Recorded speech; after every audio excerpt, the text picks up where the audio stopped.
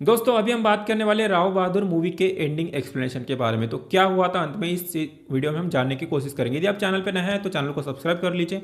दोस्तों राव बहादुर नाम की जो एक मूवी आई है भाई, वो 2.25 घंटे की करीब की मूवी है। यदि आप में बहुत सारा पेशेंस है तो आप इस मूवी को देखें।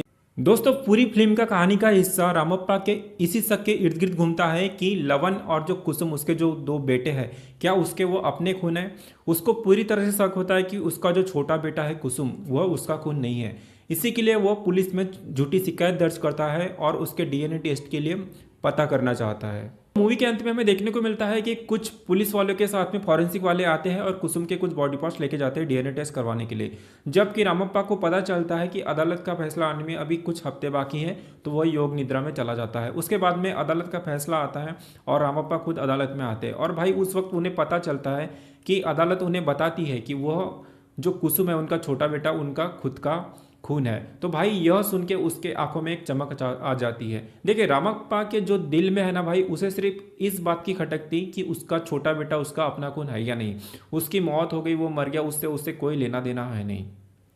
और भाई आखिरी में वह यह फैसला सुन के अपना आखिरी दम तोड़ देता है। उसे सिर्फ इस बात की खुशी है कि वह उसका शाही खून है, और इसी गुरूर के साथ में वह खुशी खुशी मर जाता है।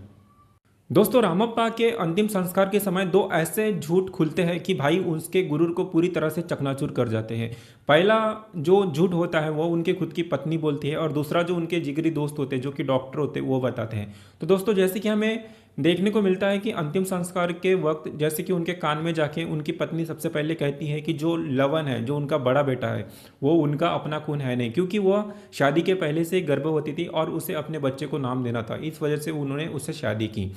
यह सबसे बड़ा झूठ हमें देखने को मिलता है। और दूसरा बड़ा झूठ की जो डॉक्टर होता है वो उनके कान में जाके कहता है कि रामप्पा जो खुद अपने पिता के पुत्र नहीं है भाई, क्योंकि हमें दिखाया जाता है कि रामप्पा के जो पिता थे सिद्धप्पा भाई, उनकी जो पत्नी थी बच्चे को जन्म देते ही मर जाती है बच्चा, और उनकी बीवी दोनों का मौत हो जाता है। और अपने जो फैमिली प्रेशर होता है उसकी वजह से अपने राजवंश का ख्याल रखते हुए वो एक पुत्र को गोद लेते हैं और उसी का पालन करते हैं, जो कि रामप्पा कहलाते हैं। तो दोस्तों यह कहानी हमें यहाँ पे देखने को मिलती है। इसका मतलब यह है कि जिस शाही खून के घमंड में रामप्पा ने जिंदगी भर अपने परिवार को प्रताड़ित किया, उसका एक कतरा भी उसके खुद के अंदर नहीं था।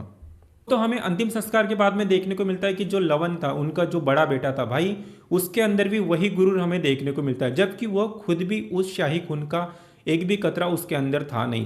संस्कार के बाद में जो लवनप्पा था शाही हवेली के मुखिया की गद्दी संभालता है। जैसे ही वह उस पूर्वजों की कुर्सी पर बैठता है, दीवारों पर टंगे राजाओं के चित्रों से बरगद की जड़ें निकलकर उसकी तरफ बढ़ने लगती है।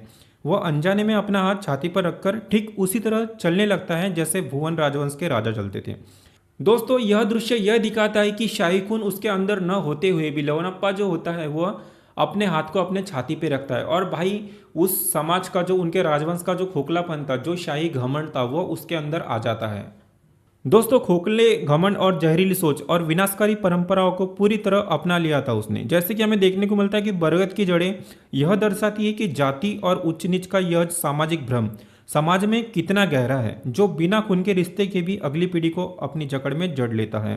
दोस्तों यदि फिल्म के बारे में, एंडिंग के बारे में और डिटेल में बात किया जाए तो देखिए फिल्म में रामप्पा जो कि एक भ्रम में रहता है, एक हेलुसिनेशन में रहता है भाई, उसकी जो मानसिकता रहती है, उन्हें एक मानसिक बीमारी दिखाई गई है उनके अंदर, जो कि उनके गहरे डर, उनके गिल्ट, अहंकार को दर्शाती है। भाई जो इसके निर्देशक है वेंकटेश महान ने इन दृश्यों को काफ़ी सिनेमैटिक तरीके से दिखाया है। दोस्तों जैसे कि हमें वो एंडिंग में देखने को मिलता है कि दीवारों पे वो घूमना, वो भूल भुलैया जो कि रोटेटिंग वॉल्स होती है, रामप्पा को अक्सर हवेली की दीवारें जो होती है घूमती हुई और रास्ते बदलते हुए दिखाई देती है। यह इस चीज़ का प्रतीक है कि यह भूल भुलैया उसके खुद के दिमाग की उलझन को दर्शाती है। वह अपने ही बनाए शक को और झूठे अभिमान के चक्रव्यूह में फंस चुका है, निकलने का उसे कोई रास्ता नहीं दिखता। दूसरी तरफ वो जुगनू दिखाए जाते हैं हमें, जहाँ पे यह वो जुगनू इस चीज़ का प्रतीक है कि जुगनू अंधेरे में चमकने वाले झूठे सच या एक भ्रम का प्रतीक है। रामप्पा उस जुगनू यानी अपने वंश की शुद्धता के सबूत के पीछे इस कदर अंधा हो चुका है कि उसे अपने सामने जीते जागते परिवार का दुख दर्द और अपने बेटे की तड़प तक नहीं दिखाई दे रही है। रामप्पा को अक्सर हवेली की पुराने चित्रों से उसके पूर्वज बाहर निकलकर नाचते और गाते हुए दिखाई देते हैं। यह दृश्य एक भव्य थिएटर या ब्रॉडवे म्यूजिकल जैसा लगता है।